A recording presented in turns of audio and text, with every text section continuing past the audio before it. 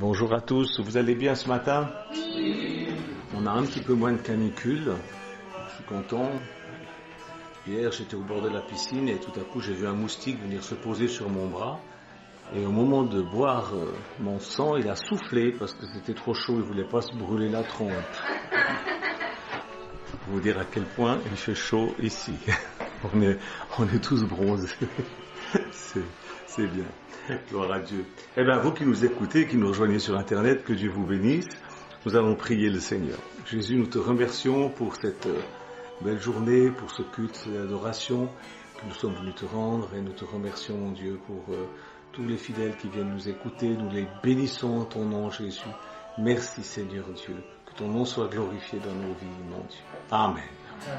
Amen.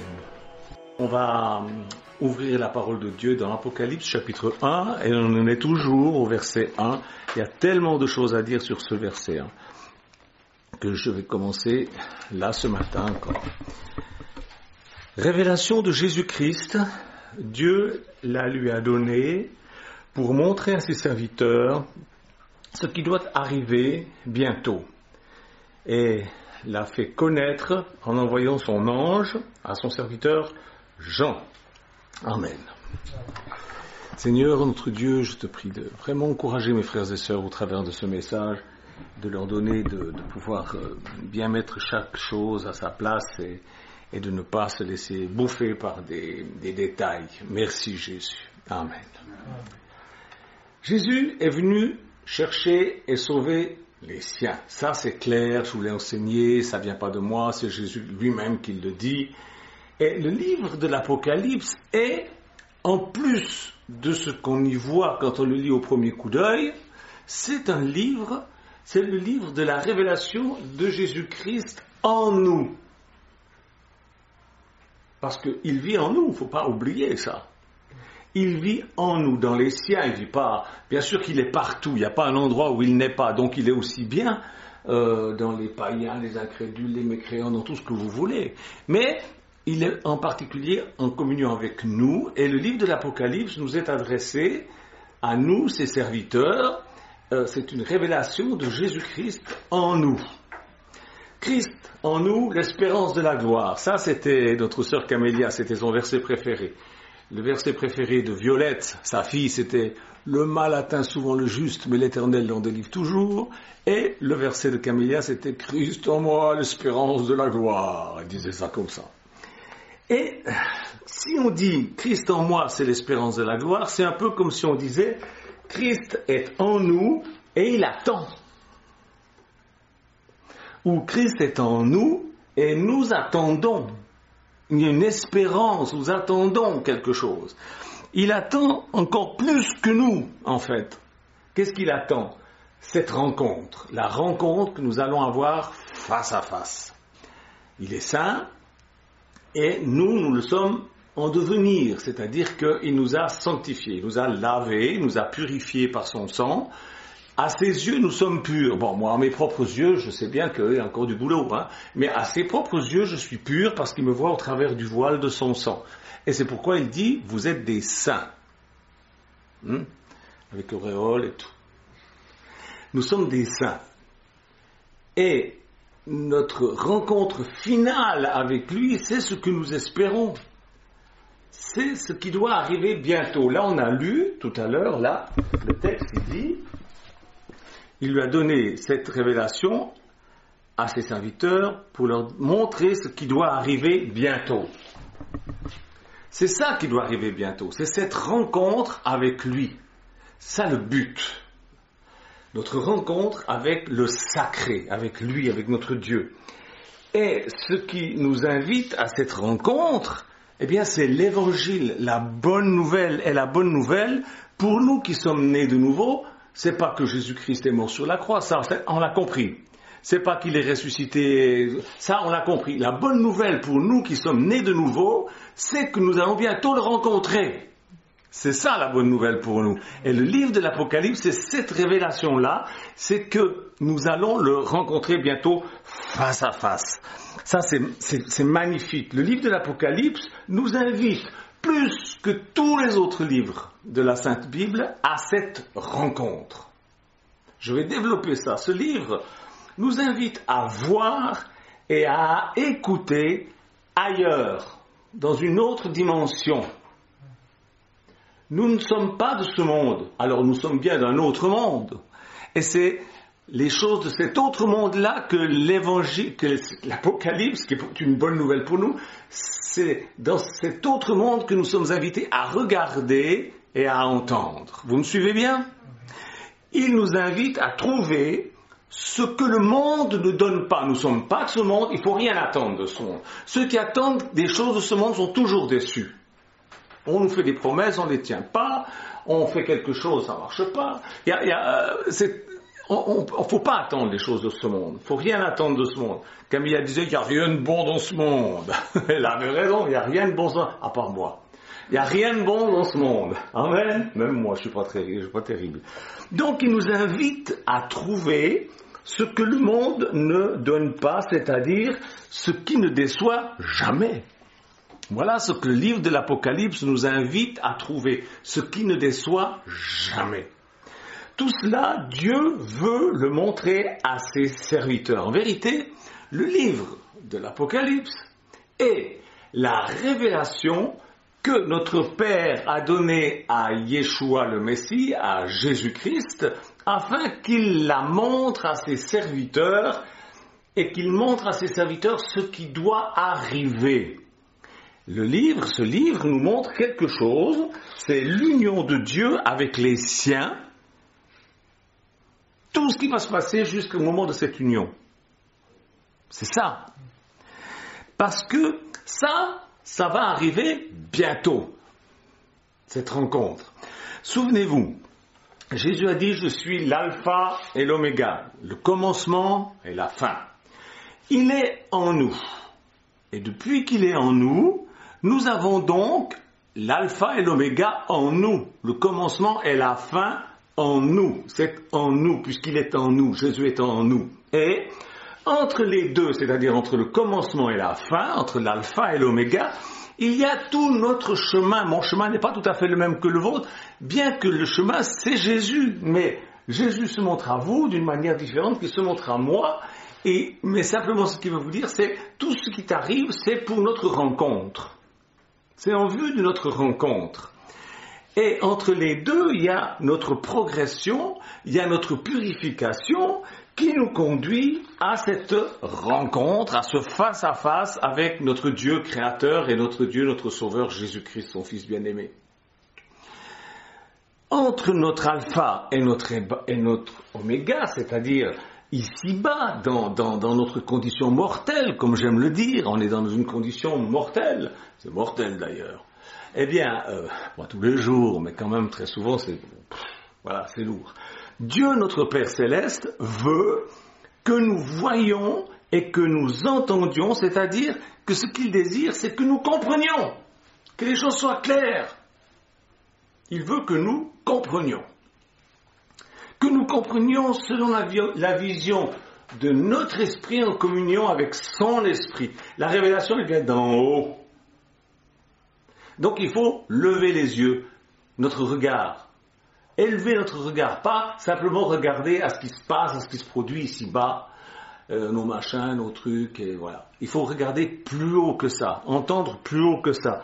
Pas regarder simplement avec notre chair, c'est-à-dire tirer des conclusions logiques, etc. Non. Il faut avoir la compréhension des choses de l'esprit. Il veut que nous voyions au-delà de ce que nos yeux voient, au-delà de ce que nos oreilles entendent, ou ce que nos sens ressentent. Au-delà de nos souffrances, qui sont bien réelles ici-bas. Je viens de dire à mes frères et sœurs que j'ai reçu le compte-rendu médical de mes derniers examens au bout de 1 an de rémission totale au sujet du cancer dont j'étais atteint, et les nouvelles sont bonnes, ça fait plaisir. Gloire à Dieu, c'est merveilleux, et merci pour tous ceux qui ont prié, c'est merveilleux. Mais la souffrance, elle était bien réelle, vraiment bien réelle. Et vous qui êtes dans la maladie aussi, votre souffrance, elle est bien réelle, mais Jésus veut que vous regardiez au-delà. Je vais vous expliquer. au-delà de nos limitations bien réelles. Nous sommes bien limités. Des fois, on est limité par nous-mêmes, des fois, on est limité par les gens, des fois, on est limité par le temps, des fois, on est limité par toutes sortes de choses. Mais Jésus veut que nous regardions au-delà. Quand un disciple de Jésus reçoit cette révélation, quand il comprend ça, quand il reçoit cette révélation que le Père, hors de la création, a donnée à Jésus, qui est Dieu, dans la création, pour que lui-même la donne, eh bien, à ses serviteurs, par le moyen d'un ange, eh bien, cela nous donne, enfin, en tout cas à moi, une sainte nostalgie, parce que je commence à me souvenir de mon passé éternel et je me souvenir qui est mon Dieu, comment il est, c'est la révélation vraiment de Jésus-Christ. Ce livre, c'est la révélation de qui est Jésus-Christ, de comment il est, comment il réagit, comment il est, qui il est. C'est une merveille ce livre. Les gens, maintenant, le mot Apocalypse, dans la tête des gens, ça veut dire catastrophe. Pas pour moi. C'est une révélation. Le mot Apocalypse signifie révélation. Est-ce que vous avez soif de Dieu? C'est ça la grande question. Si vous avez soif de Dieu, alors louez Dieu pour cette soif. C'est lui qui vous a donné cette soif. Et puis alors ne restez pas là, mais étanchez cette soif. Étanchez-la, jour après jour, et moment après moment, en buvant quoi? L'eau de la parole, et en particulier du livre de l'Apocalypse. C'est le seul livre dans la Bible où il nous est dit qu'on est maudit si on y rajoute quelque chose ou si on y enlève quelque chose. Parce qu'il est très très très important. C'est le livre que Dieu le Père a donné à Jésus, que Jésus a donné à un ange pour qu'il le donne à Jean. C'est le livre que Jésus a écrit en quelque sorte. Pour étancher cette soif, mes frères et sœurs, ça va pas être facile. Et vous allez trouver des embûches. Vous allez trouver des embûches sur votre chemin du concret, parce que on y est bien. Vous allez trouver des difficultés, vous allez trouver des souffrances, vous allez trouver la maladie, vous allez trouver des trahisons, mais vous allez aussi trouver des joies. Il n'y a quand même pas que des choses désagréables. Alors mes frères et sœurs, nous allons rencontrer sur notre chemin qui nous mène à la rencontre face à face avec Jésus, nous allons rencontrer de l'opposition parce qu'elle est nécessaire. Ces oppositions sont nécessaires pour notre progression. On ne peut pas progresser s'il n'y a pas de l'opposition. Si vous faites de la musculation, vous allez voir que s'il n'y a pas de l'opposition, c'est-à-dire que si vous ne prenez pas des poids de plus en plus lourds, eh bien, ça ne va jamais progresser, oui ou non. Donc il faut de l'opposition. Il faut que ça soit difficile, sinon il n'y a rien. Je vais te prendre un cas extrême. Il nous faut de l'opposition comme il a fallu un Judas à Jésus. Il a fallu, c'était nécessaire pour le plan du salut. Tout le monde lui tire dessus à ce pauvre Judas. Mais bon, pauvre Judas, c'était quand même un démon, nous dit la Bible, mais bon. Sans Judas, il n'y aurait pas eu la croix. Sans Judas, il n'y aurait pas eu la résurrection. Ce mal incarné, ce démon qui était Judas, était obligatoire, nécessaire dans le plan du salut. Et Jésus, étant en toute chose, était aussi en Judas pour que cette chose se fasse. Ah bon? Mais bien sûr. Est-ce que vous croyez que ça a échappé à Jésus? Est-ce que vous croyez que Jésus était un pauvre Jésus ignorant? Ben bien sûr que non. Il savait très bien qui allait le livrer, mais il savait aussi très bien pourquoi il allait être livré. Nous, il nous manque le pourquoi, mais on sait le comment. On sait qu'on va avoir des difficultés, mais on sait pourquoi on va avoir ces difficultés, mais on ne sait pas comment, on ne sait pas lesquelles. Jésus, lui, savait. Le Judas, qui est là, pendant 3 ans et demi, s'est coltiné le mec. C'est quand même terrible. Et puis, il l'a aimé, il était gentil avec lui. Sans Judas, il n'y aurait pas eu la croix, mes frères et sœurs. Ce mal, ce démon, ce Judas, était obligatoirement nécessaire. Et comme Jésus, nous avons aussi besoin de nos Judas.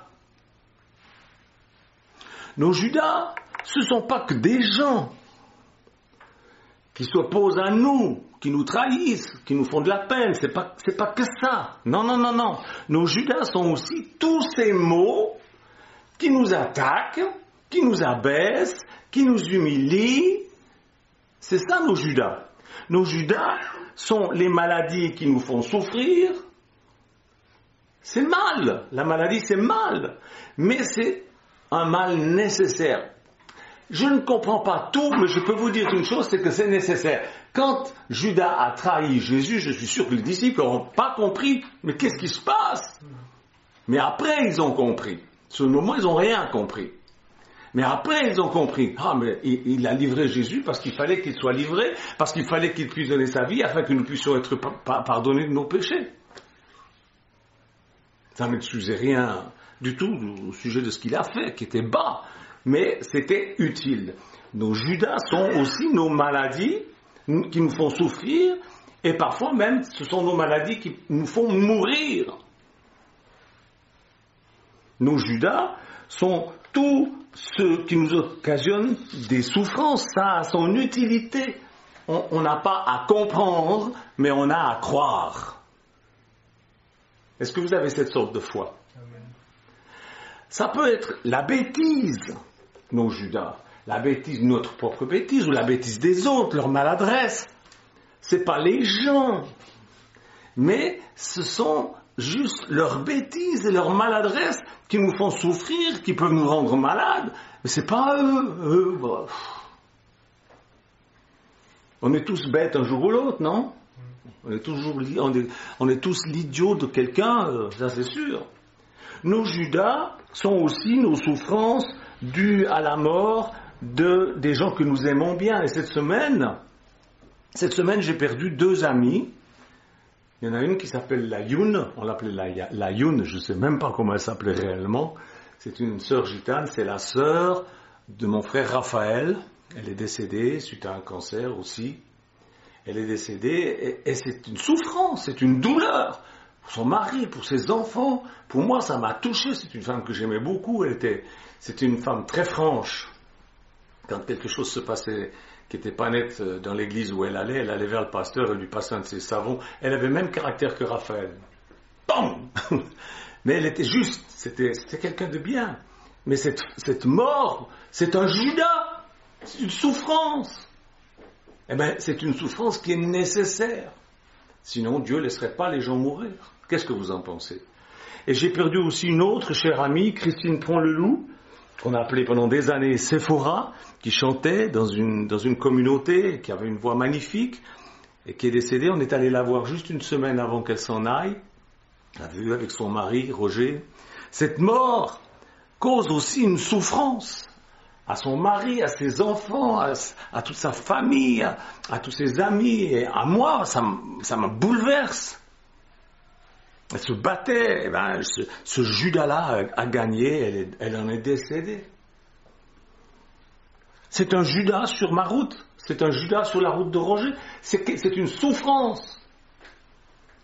Mais il y a aussi un mais, heureusement, ces Judas vont mourir un jour. Ouf! Ces peines vont disparaître, ces chagrins vont disparaître. Jésus nous dit, toutes les larmes, j'essuierai toutes les larmes de vos yeux. Ça veut dire, c'est pas simplement qu'il les essuiera, c'est qu'il nous consolera réellement, on ne pensera même plus à tout ça. Parce que toutes ces choses-là n'ont qu'un temps. Dieu, lui, il est éternel.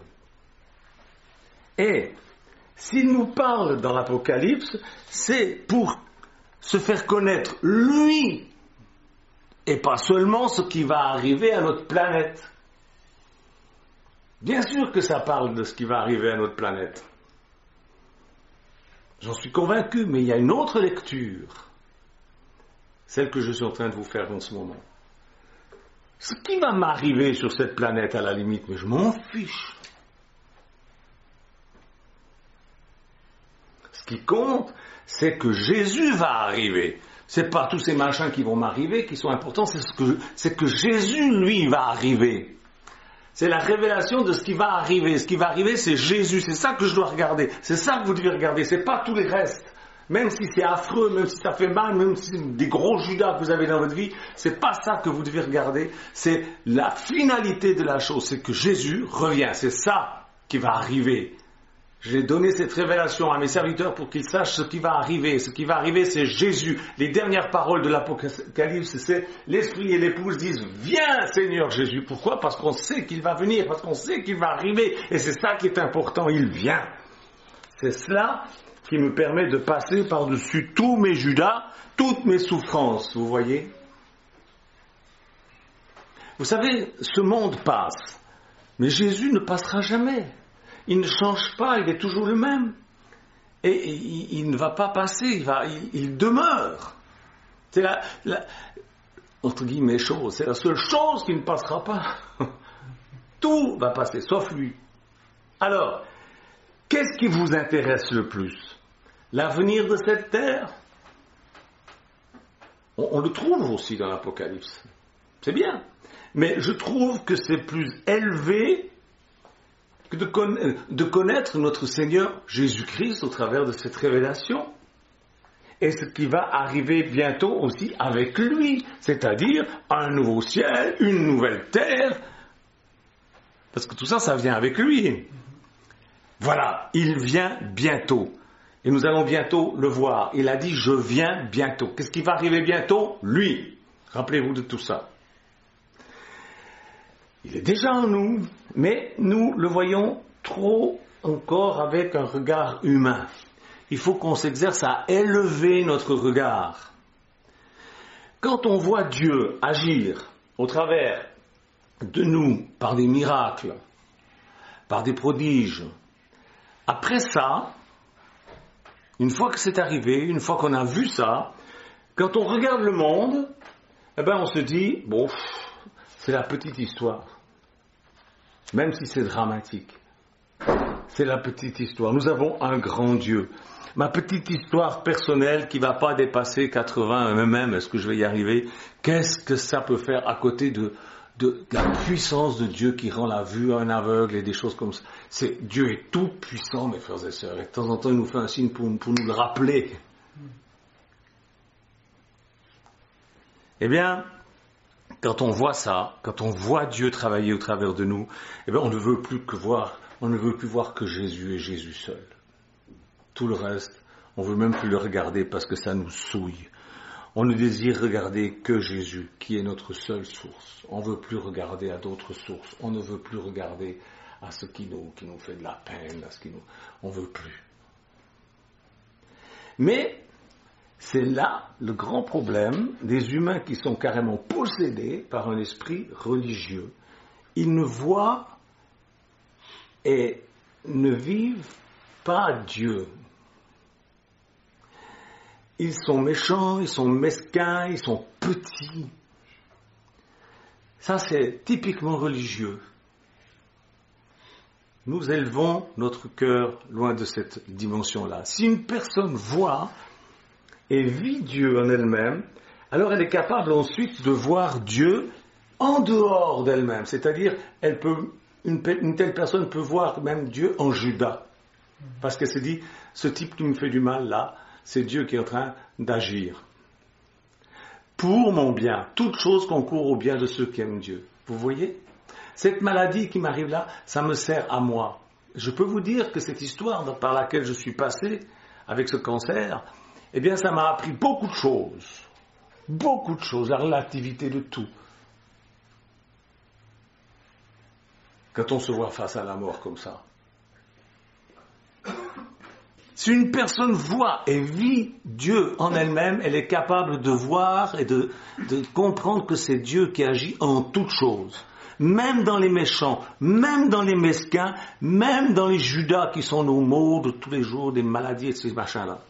Dieu agissant au travers de tout. Vous pensez que Dieu n'agit pas au travers de tout ? Mais il a agi au travers de Pharaon aussi. Et combien d'autres histoires dans la Bible nous montrent que Dieu s'est servi de pourriture pour en arriver à des choses glorieuses, oui ou non ? Même d'une ânesse, pauvre ânesse. Dieu est en tout et il n'y a rien qui se passe sans que Dieu ne le veuille.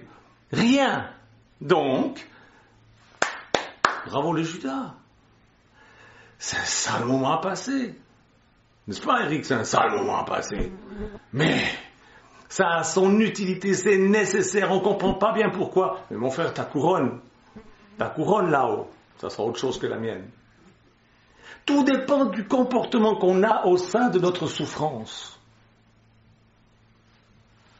Dieu agissant au travers de tout, même au travers des choses difficiles, même au travers des choses incompréhensibles, même au travers de nos Judas, je le répète. Et alors, cette personne qui voit comme ça, elle devient bonne pour le service. Elle devient efficace, elle devient utile. Elle peut être utilisée par Dieu. Utile pour elle-même déjà, mais utile pour les autres, utile pour la nature. Utile pour tout. Valable, je dirais, c'est-à-dire ayant de la valeur, ayant pris de la valeur. Nous avons une valeur, mais une personne qui s'élève comme ça prend plus de valeur encore. Mais s'élever dans ce sens-là, c'est s'abaisser. C'est dire, Seigneur, que ta volonté soit faite. Vous voyez ? Pourquoi ? Parce que la révélation vient de Dieu et non pas de nous-mêmes. Quand la révélation vient de nous-mêmes, Frère Branham a prêché sur les 7 sceaux de l'Apocalypse et sur les 7 âges de l'Apocalypse. Et quand Dieu a enfin ouvert les 7 sceaux et les 7 âges de l'Apocalypse, Frère Branham dit, eh bien mes frères et sœurs, je m'étais trompé du début à la fin. Tout ce que j'ai dit, c'était des échafaudages humains. Mais maintenant, je sais ce que Dieu a à dire. Parce que Dieu lui avait révélé. Vous comprenez la différence ? On peut voir par nos propres... quand je vois par exemple des évangélistes qui se servent de Apocalypse 2 où il est écrit « Voici je me tiens à la porte et je frappe à votre cœur », il dit « Vous les inconvertis, vous qui ne connaissez pas Jésus, Jésus est à la porte de votre cœur et il frappe, il veut entrer. La Bible dit « Je me tiens à la porte et je frappe ». C'est très joli, mais c'est tout faux. Parce que quand Jésus dit qu'il se tient à la porte et qu'il frappe, ce n'est pas à la porte du cœur des pécheurs, c'est à la porte de l'Église. Et il frappe pas pour pouvoir entrer, il est dehors, mais il frappe pour les faire sortir de là. Pour attirer leur attention, pour leur dire, allez, on se taille, laissez-les. Vous voyez ? Donc on peut avoir une lecture charnelle et puis on peut avoir une lecture spirituelle. Déjà, au moins, respecter le contexte. Quand vous voyez un texte, regardez ce qui est autour, pour déjà mieux comprendre.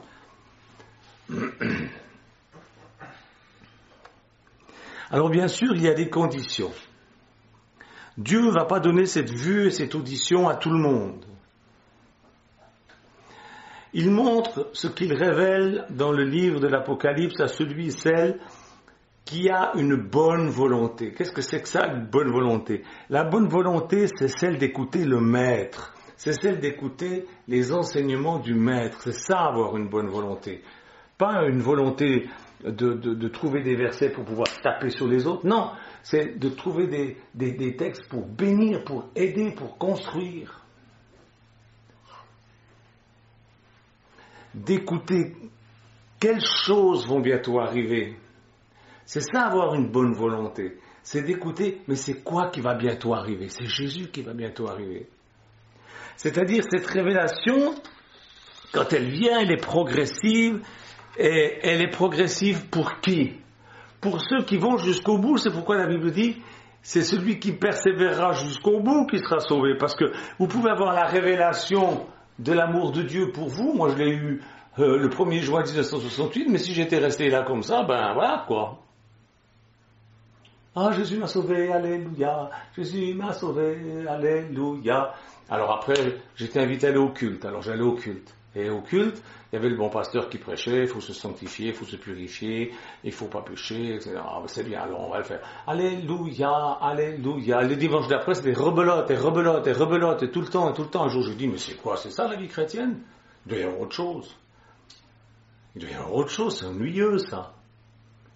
Et j'ai commencé à chercher à entendre ce que Dieu voulait. J'ai compris ce que Dieu voulait pour ma vie. Est-ce que vous avez compris ce que Dieu veut pour votre vie ? Est-ce que Dieu vous a dit quelque chose pour votre vie ? C'est ça qui est important. Sinon, vous êtes là, alléluia, toujours à votre première révélation que Jésus-Christ est le Fils de Dieu, qu'il vous a tant aimé, qu'il a donné sa vie sur la croix. Paul dit, mais dépassons ces rudiments. C'est le Seigneur lui-même qui crée en nous cette fidélité, autant que c'est Dieu lui-même qui a créé en Judas son infidélité. On ne peut pas l'en vouloir à ce pauvre Judas.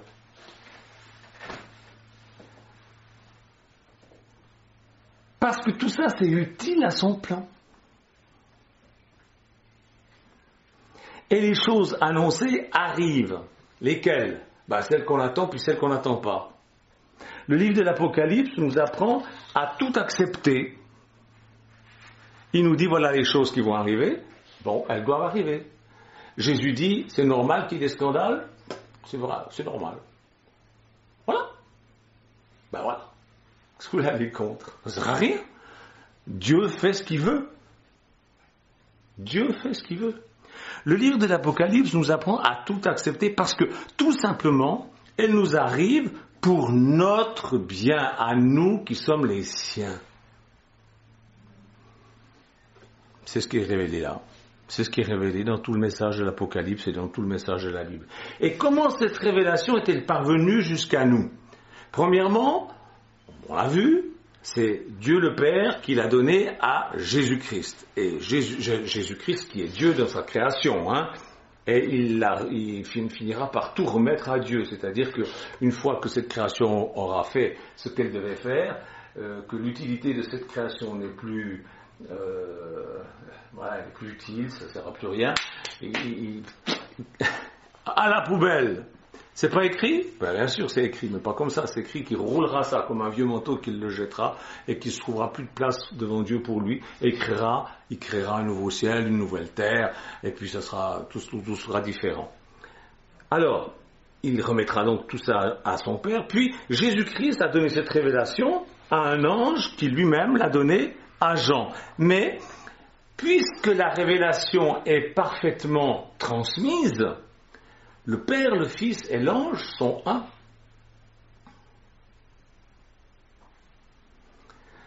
Et Jean l'a écrite afin qu'elle parvienne à ceux qui ont des yeux pour voir et des oreilles pour entendre. L'ange a parlé à Jean parce que Jean était un disciple attentif, parce que Jean était un disciple aimant. C'était un élève qui voulait bien apprendre depuis en haut. Et ce n'est qu'en devenant comme Jean, un serviteur, un élève, voulant bien apprendre, en comprenant peut-être lentement, mais en comprenant quand même, en s'accrochant pour comprendre, et en restant des apprentis, pas en se disant un jour, ça y est, j'ai compris, maintenant je me mets derrière le micro, puis j'enseigne. Non, on n'a jamais tout fini d'apprendre. En restant des apprentis qui restent les regards tournés en haut vers le Seigneur, ce n'est qu'avec cette attitude de cœur que la révélation, l'illumination deviendra vôtre. Souvent, il y a des gens qui viennent vers moi et me disent « j'ai une parole de Dieu pour toi » ou « j'ai une pensée de Dieu pour toi ». Alors j'écoute parce que je suis poli, mais je vais vous dire, en 49 ans de conversion, j'ai eu le temps d'apprendre qu'il vaut mieux répéter simplement le beau nom de Jésus, le chanter, aimer sa venue, que d'avoir des bonnes pensées qui sont distribuées par on ne sait pas trop qui. Vous voyez ce que je veux dire?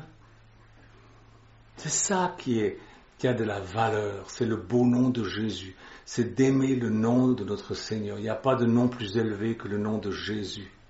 Qu'est-ce qu'on a? J'ai une parole de Dieu pour toi. Si Dieu veut me parler, il n'a qu'à me parler. Pourquoi est-ce qu'il va se servir d'un gueulu?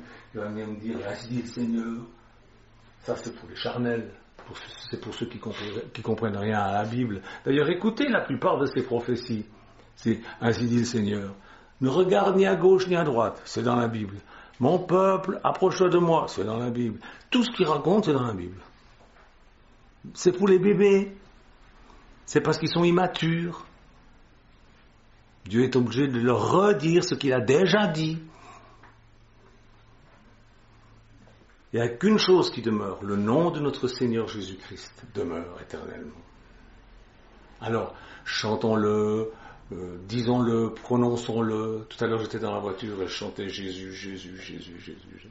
C'est en remplissant mon cœur avec son nom que j'oublie le mien.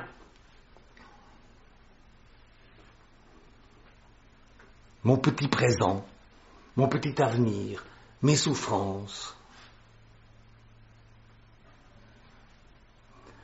Je fais ça dans la maladie, je fais ça dans les moments de joie, je fais ça dans les moments de peine.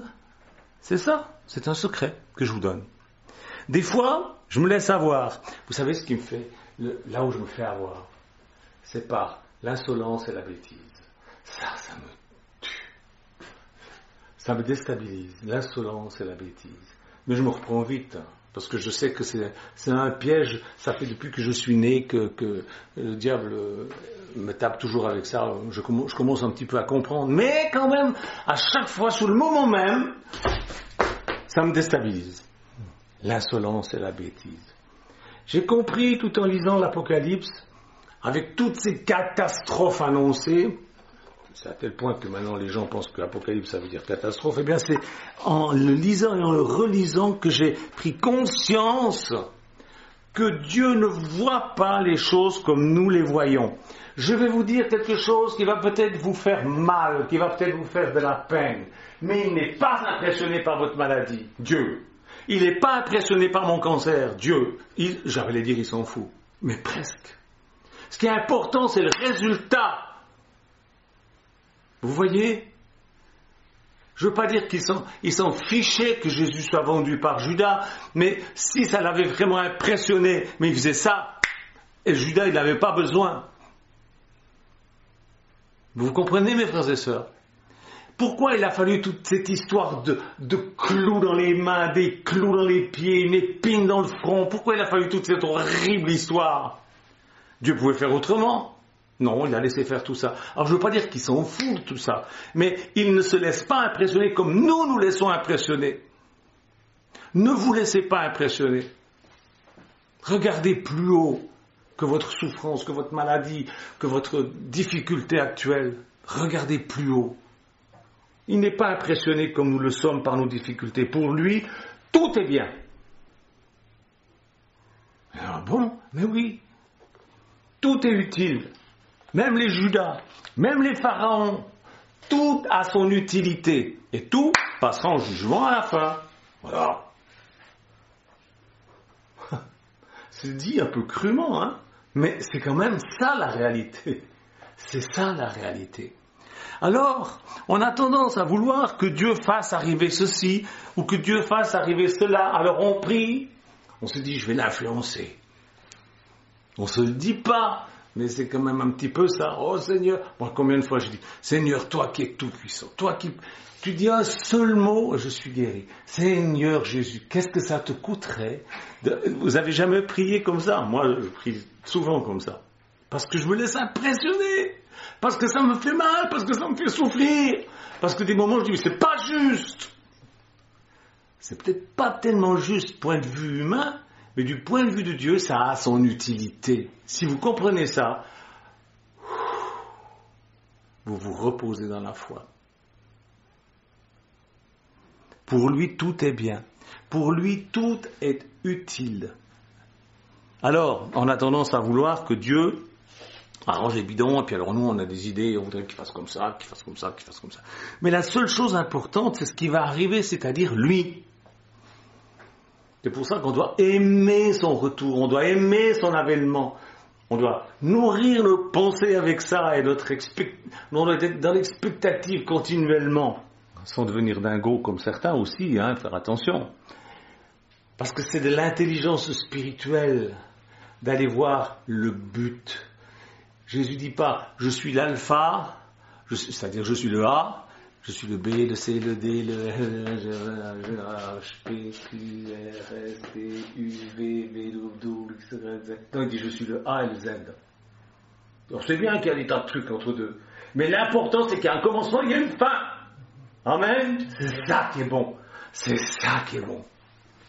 Dieu donne cette révélation à son Fils, qu'il a donné à un ange, qu'il a donné à Jean, qu'il écrit, et maintenant nous avons cet écrit. Et cet écrit devient une révélation pour les gens individuellement. Ça ne vient pas à un groupe. Vous êtes là, mais ce n'est pas forcé que vous la receviez. Ça ne veut pas dire que vous ne la comprenez pas, ça veut dire que vous n'en voulez pas. Peut-être que vous n'en voulez pas. Peut-être que vous dites non, ce que Michel dit ce matin, j'en veux pas. Je vous souhaite de penser autrement. Je vous souhaite de penser autrement. Que vous disiez, oui Seigneur, que ta volonté soit faite. Ce que je veux, c'est arriver à l'alpha, non à l'oméga, c'est-à-dire à la fin. Je vais arriver à la fin, on va être trouvé digne. C'est pas autrement. C'est écrit, c'est révélé, et c'est écrit qui est révélé là, qui est Jésus en vous, c'est Jésus en vous, c'est la même chose. Mais si vous avez un ardent désir de vivre avec Jésus, pour Jésus et par Jésus, alors votre vie va devenir tellement autrement, tellement différente. Ça signifie qu'il ne faut pas que cette révélation soit touchée par des gens qui refusent de mourir à eux-mêmes. Comme par exemple celui qui a voulu toucher l'arche. Mais il faisait quelque chose de bien, il ne voulait pas qu'elle tombe, mais il ne fallait pas toucher. Mais Dieu n'est pas juste. Pourquoi il fait mourir ce pauvre homme? Il a voulu faire que du bien, il ne fallait pas toucher. Un Marie qui se présente devant Jésus, Jésus dit, ne me touche pas, je ne suis pas encore monté au Père. Ne me touche pas. Il faut que quelque chose se passe avant, il faut que je monte au Père. Et quand